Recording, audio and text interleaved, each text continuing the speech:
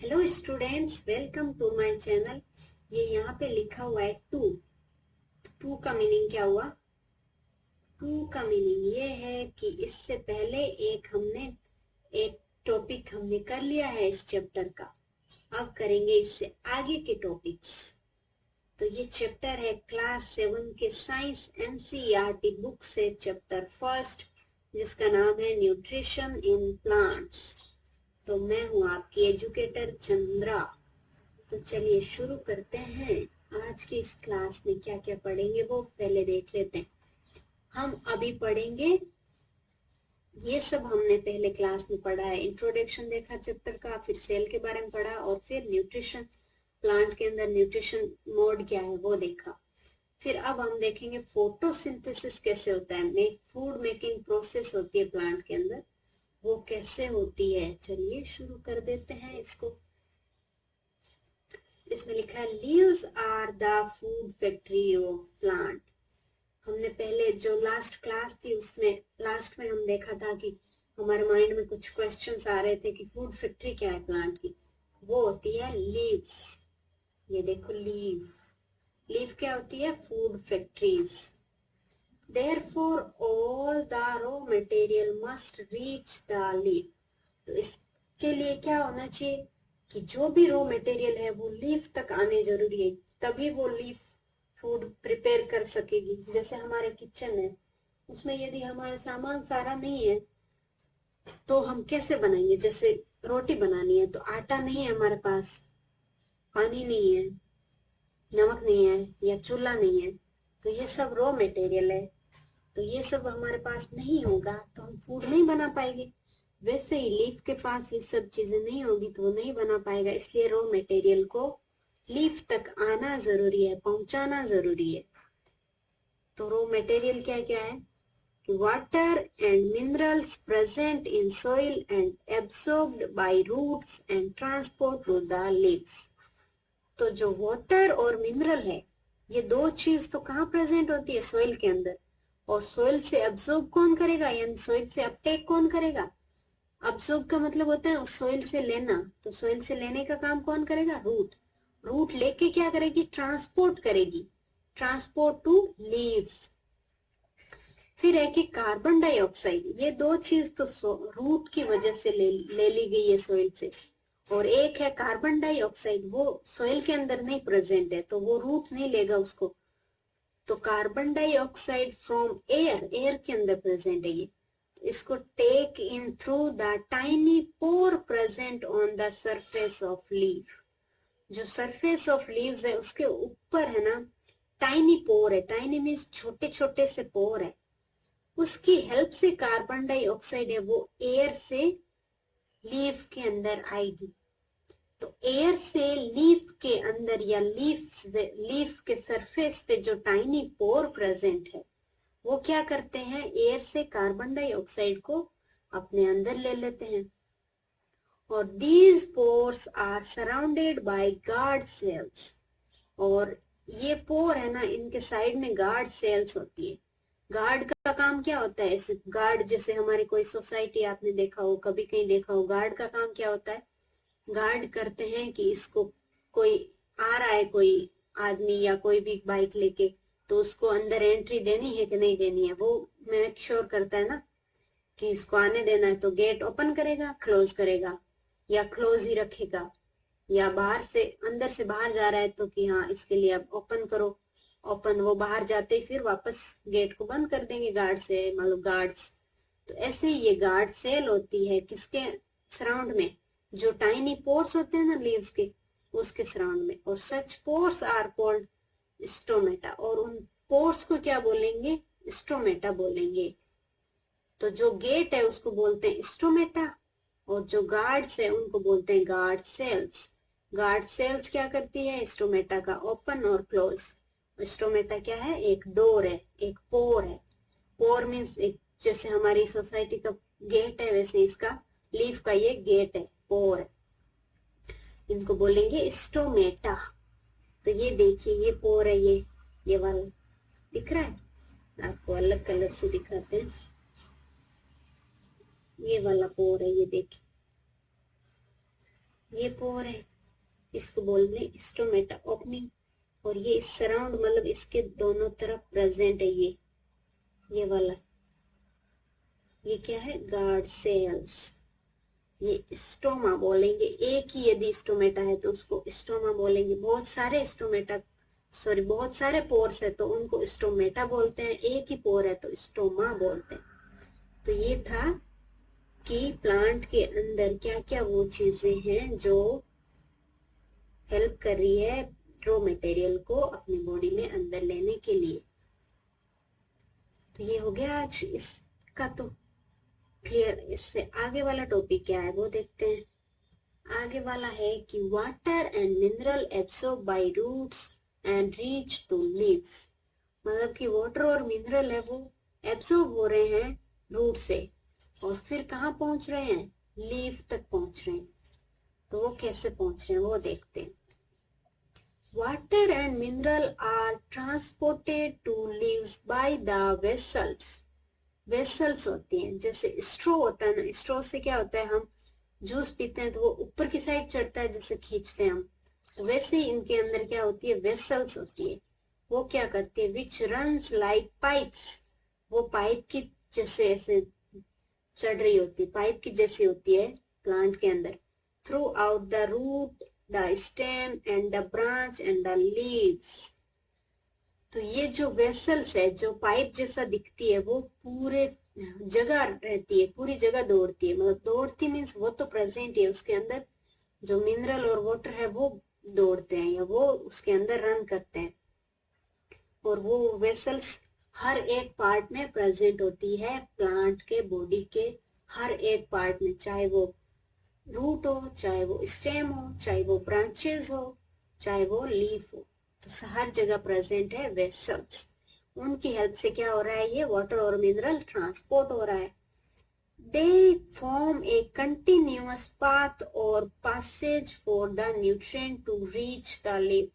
तो ये एक कंटिन्यूअस पाथ बना रही है, ऐसे नहीं कि बीच में कोई ब्रेकेज आ रहा है, बीच में कहीं से कुछ ब्लॉक हो गया तो ब्लॉक हो गया, ट्रांसफर नहीं होगा, ये कंटिन्यू होता है। जैसे आप किसी रोड पे चल रहे हो तो रोड एक कंटिन्यू है ना, बीच में ऐसे थोड़ी कि बीच में रोड बंद होगी, बंद होगी तो आप आगे जा नहीं पाओगे ना। तो ऐसे ही ये होती है, कंटिन्यूअस पासेज है, मतलब कंटिन्यूअस इसमें जो चीज है वो चलती रहती है। तो उसकी हेल्प से न्यूट्रिएंट्स है वो रीच कर जाता है या पहुंच जाता है लीफ तक। उनको बोलेंगे वेसल्स, जो कि पहले बोल दिया गया है। फिर है कि you will learn more about transport of minerals in plant in chapter 11। और जो बाकी है कि ट्रांसपोर्ट कैसे क्या कहाँ होता है, तो वो सब हम चीजें पढ़ेंगे 11th चैप्टर के अंदर इसी क्लास के। जैसे हमारी बॉडी के अंदर क्या होता है ट्रांसपोर्ट ऐसे करने के लिए, ये ब्लड वेसल्स होती है इतनी सारी हमारी बॉडी में जो ब्लड को लेके पूरी बॉडी में घूमती है, वैसे ही प्लांट में प्लांट वेसल्स होती है। जैसे ये देखो आप लीफ के अंदर, लीफ की ये बीच की जो ऐसे बीच की रेखा दिखती है आपको, लाइनिंग दिखती है जब लीफ देखते हो, कोई भी नहीं देखी कभी तो आज देखना जाके।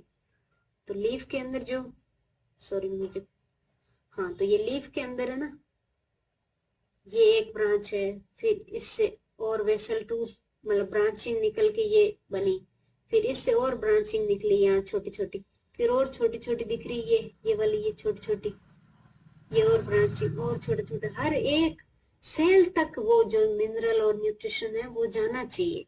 इसके लिए हर एक मतलब छोटे छोटे पार्ट में भी आपको वैसे लाइनिंग दिखेगी, ये छोटी छोटी दिख रही है ना। तो ऐसे ही होता है transport of the mineral and water from root to leaf. अभी हम पढ़ेंगे, ये फोटोसिंथेसिस का ही पार्ट है बट लीफ के बारे में थोड़ा और डिटेल में पढ़ेंगे, लीफ क्या है। तो लीफ क्या होती है, the leave have green pigment जिसको बोलते हैं क्लोरोफिल। जो लीफ है आपने देखी होगी ना, ग्रीन ग्रीन दिखती है, तो ग्रीन ग्रीन क्यों दिख रही है, उसके अंदर एक ग्रीन पिगमेंट होता है जिसको बोलते हैं क्लोरोफिल, जो हेल्प करता है, it help leaf to capture the energy of sunlight.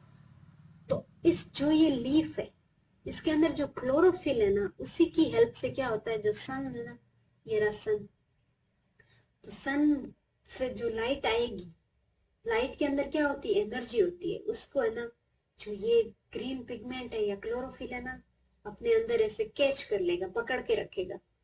फिर this energy use to synthesise और prepare food from carbon dioxide and water and mineral. तो जो ये एनर्जी पकड़ के रखी है क्लोरोफिल ने, उसी की हेल्प से क्या होगा, फूड का सिंथेसिस होगा, फूड बनेगा।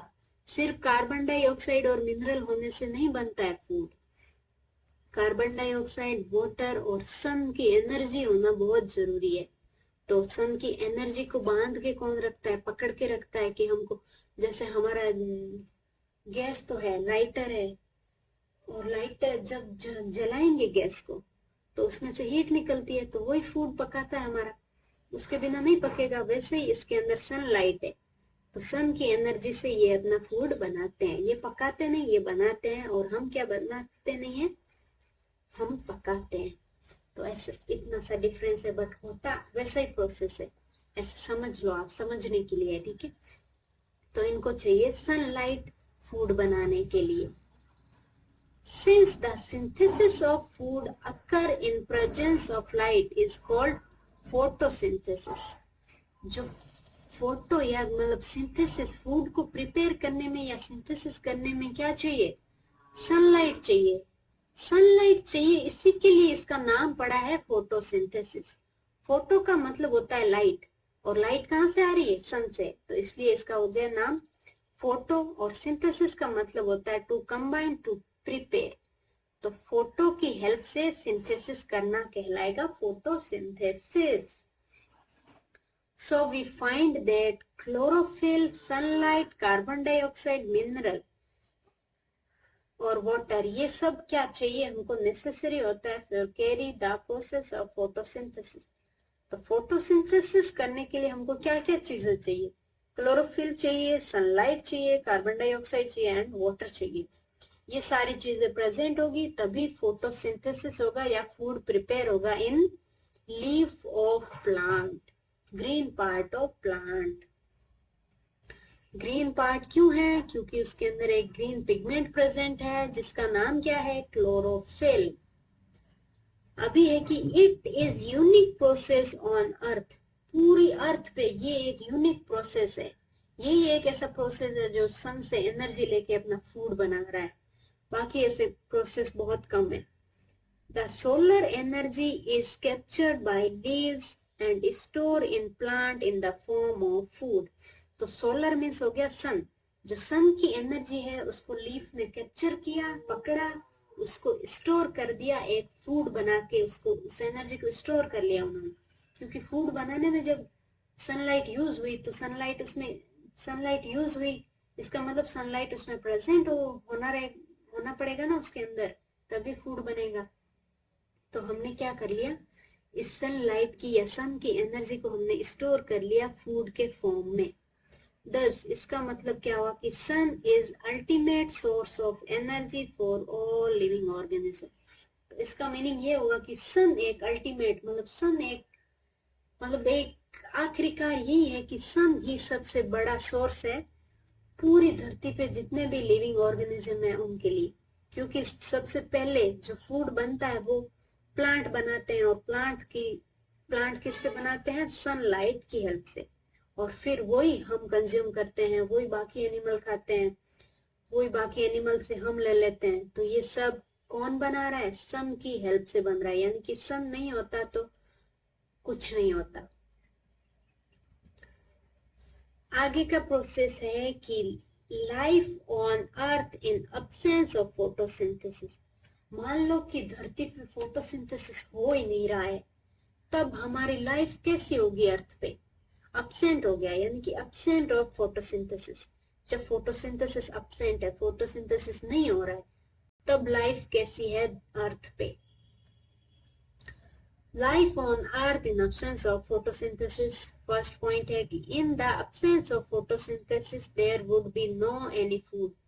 तो क्योंकि अल्टीमेट सोर्स क्या है हमारा फूड का, सन, और सन नहीं है, सन है बट फोटोसिंथेसिस फिर भी नहीं हो रहा है मान लो, तो हमारा क्या है, फूड नहीं होगा इस अर्थ पे। फूड नहीं होगा तो क्या होगा? The survival of almost all living organism directly और indirectly depend upon food made by plant. तो क्या होता है, जब फूड है ही नहीं, फूड बन ही नहीं रहा है, फोटोसिंथेसिस हो ही नहीं रहा है, तो क्या होता है, सारे जो एनिमल है वो लिविंग एनिमल्स है, वो डायरेक्टली और इनडायरेक्टली डिपेंड किस पे है? प्लांट्स पे। तो वो सरवाइव नहीं कर पाएंगे। Beside oxygen which is essential for survival of all organism is produced during photosynthesis। और जो हम ऑक्सीजन लेते हैं वो भी कौन दे रहा है? वो भी प्लांट दे रहे हैं। और प्लांट कब देते हैं? जब वो फोटोसिंथेसिस करते हैं। यदि फोटोसिंथेसिस प्लांट नहीं करेंगे तो हमको ऑक्सीजन भी नहीं मिलेगा। In the absence of photosynthesis, life would be impossible on the earth। No photosynthesis, no life। तो फोटोसिंथेसिस नहीं होगा तो हम अर्थ पे लाइफ होना बहुत मतलब होगा ही नहीं, लाइफ इम्पॉसिबल है लाइफ होना अर्थ पे। तो no photosynthesis no life. Next photosynthesis part का ही नेक्स्ट टॉपिक है रिएक्शन इन्वॉल्व इन फोटोसिंथेसिस। के अंदर जो रिएक्शन है वो कौन सी होती है? ड्यूरिंग फोटोसिंथेसिस के टाइम पे क्या होता है कि chlorophyll contains cells of leaf के अंदर क्लोरोफिल होता है हर एक सेल के अंदर। In the presence of sunlight, और सनलाइट के प्रेजेंस में क्या होगा कि यूज करेगा ये कार्बन डाइऑक्साइड और वाटर और सिंथेसाइज करेगा कार्बोहाइड्रेट्स। तो ये देखो the process of representing the in equation में हमने रिप्रेजेंट किया है इस प्रोसेस को। कार्बन डाइऑक्साइड और वाटर दोनों मिलके क्या बना रहे हैं? कार्बोहाइड्रेट और ऑक्सीजन को रिलीज कर रहे हैं जो हम लेते हैं। और ये सब कब होगा? जब सनलाइट प्रेजेंट है और प्लस क्लोरोफिल प्रेजेंट है लीव्स के अंदर। सनलाइट तो ऐसे हम भी ले रहे हैं, हम फोटोसिंथेसिस थोड़ी कर पा रहे हैं क्योंकि हमारे अंदर क्लोरोफिल नहीं है। तो क्लोरोफिल है और सनलाइट है, ये दोनों होने चाहिए। ये दोनों होने के बाद होना चाहिए वाटर और कार्बन डाइऑक्साइड। और ये चारों चीज मिलके क्या बना रहे हैं? कार्बोहाइड्रेट्स। कार्बोहाइड्रेट का एग्जाम्पल है ग्लूकोज। सिंपल शुगर होती है, जो सबसे पहला मॉलिक्यूल बनता है फोटोसिंथेसिस में वो होता है ग्लूकोज। और ऑक्सीजन रिलीज।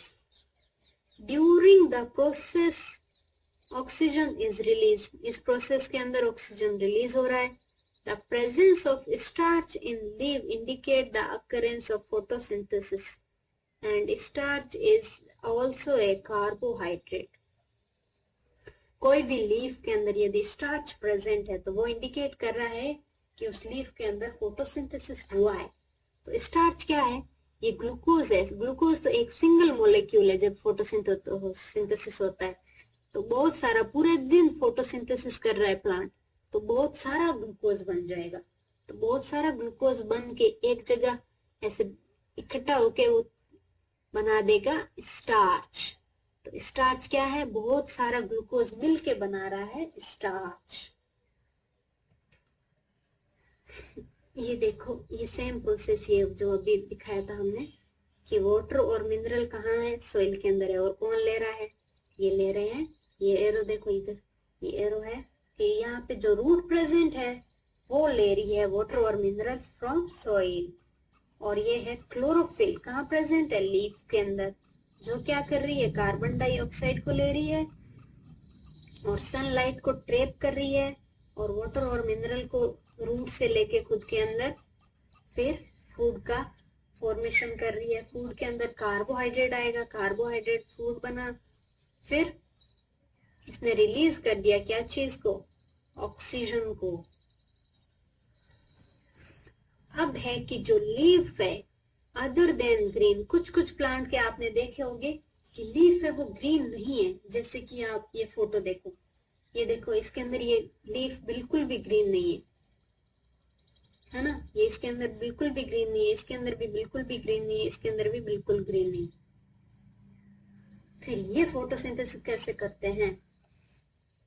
तो ये बता रहा है कि the leaf other than green also have chlorophyll. जो लीफ ग्रीन नहीं है बट उनके अंदर फिर भी क्लोरोफिल होता है। large amount of red, brown and other pigment mask the green color.